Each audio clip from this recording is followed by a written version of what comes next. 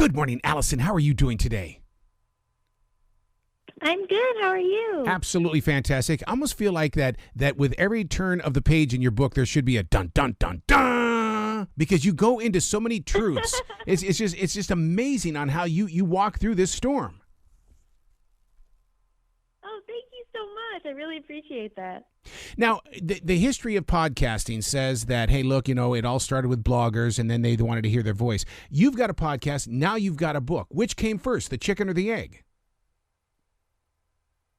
Oh, YouTube came first, actually. Really? YouTube, started my YouTube channel back in 2014, and then since then have done actually a couple of novels before transitioning it into a podcast, and now this book is my first in the nonfiction genre.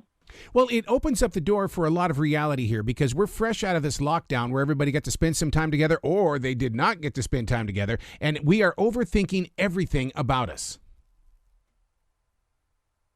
Definitely. I think, I conceived of the book before the pandemic, but I think it is even more relevant now with people just also being out of practice with dating, with socializing, with maybe feeling really isolated and afraid to dive back in. And so I'm hoping this book will sort of give people the encouragement to go after the life that they want. What made you decide to put your own personal experiences within these pages? Because, I mean, you're giving us a sneak peek, behind the scenes look. I'm someone who just thinks there's so much value in sharing your own story. The book has a lot of expert advice from mental health professionals, from dating experts, couples. But as a consumer, I love when someone, when a creator really opens up and gets into the details. And that makes me feel more seen. It makes me feel more connected. It also feels more tangible in terms of not just like these ideas of how to live, but how do you actually live, So it felt important for me to share my story along the way for those reasons. Now, is that the podcaster coming through as the writer? And the reason why I bring that up is because my most listened to shows are always the ones about reality. I could go in there and do a bunch of fancy stuff with the production, but no, it's conversations like this that people tap into. Yeah, I think I have, my career has always been a big part of me being me, coming up on YouTube and just sharing myself with my online audience in all of my social media. I think that's like what's really allowed people, hopefully, to connect to my creative work.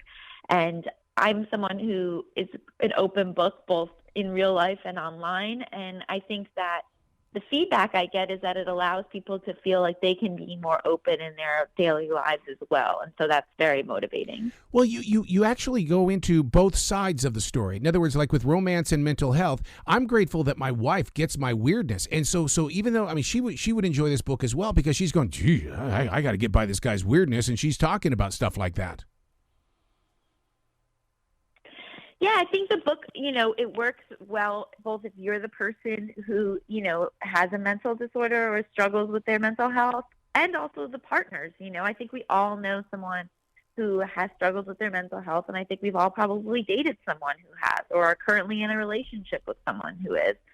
And so much of this stuff is just how do we explain our brains better to people, because I think that there is this expectation that if you meet the right person, they will inherently understand you and know what you need in every situation. And that's just not true. Like, you need to figure you out so that you can explain yourself to someone else so that they know how to be the best partner for you. Now, we're both not doctors, but yet we are creative people. Do you think that a lot of the anxiety, depression, and OCD is because a lot of people do not understand their creative energy and how much of an addiction creativity really is?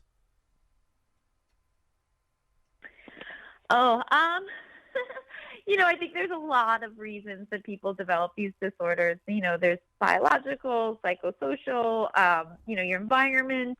And so I try not to put too much emphasis on why are you struggling with this stuff and more on, okay, how do we attack these specific symptoms? Yeah, because now you're next to our heart. That's what I love about it. There's no judgment inside your book.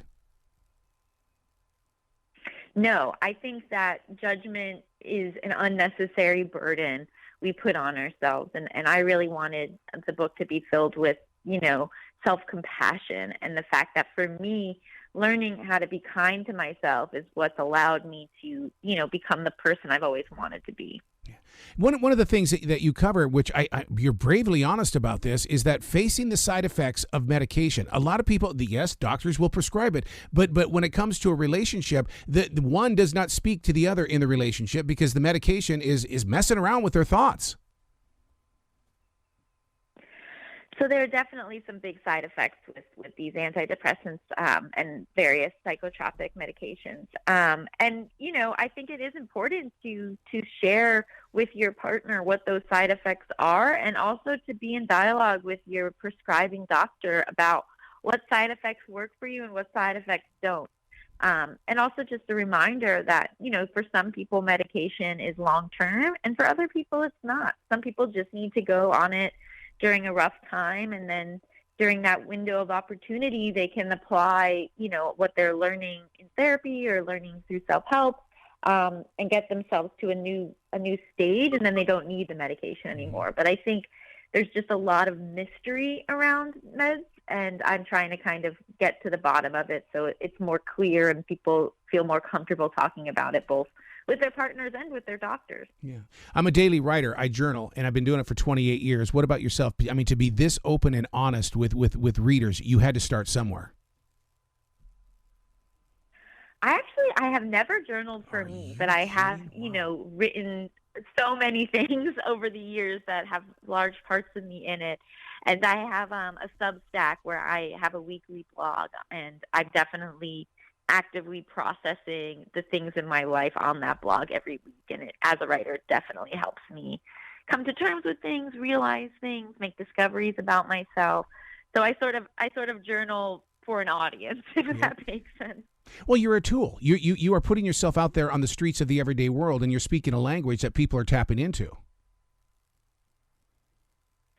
Yeah, a lot of times I have a bit of imposter syndrome where I'm like, oh, I'm not a licensed therapist. Who am I to speak to this? But I think one of my therapists actually said, what you're offering is peer support, peer to peer, and there is a lot of value in that too. So I try to really look at it through this lens of like, how can what I've gone through maybe help other people who are going through something similar? Listeners need to get the book, Overthinking About You, Navigating Romantic Relationships, and then they've got to jump onto your podcast because it's a continuation. It really is you stepping onto those platforms and giving love to real people. Oh, thank you so much. I really appreciate that. You've got to come back to this show anytime in the future, Allison. The door is always going to be open for you. Oh, thank you. I love to chat, so I'd love to be back. You be brilliant this weekend, okay? Oh, thank you. Have a great one.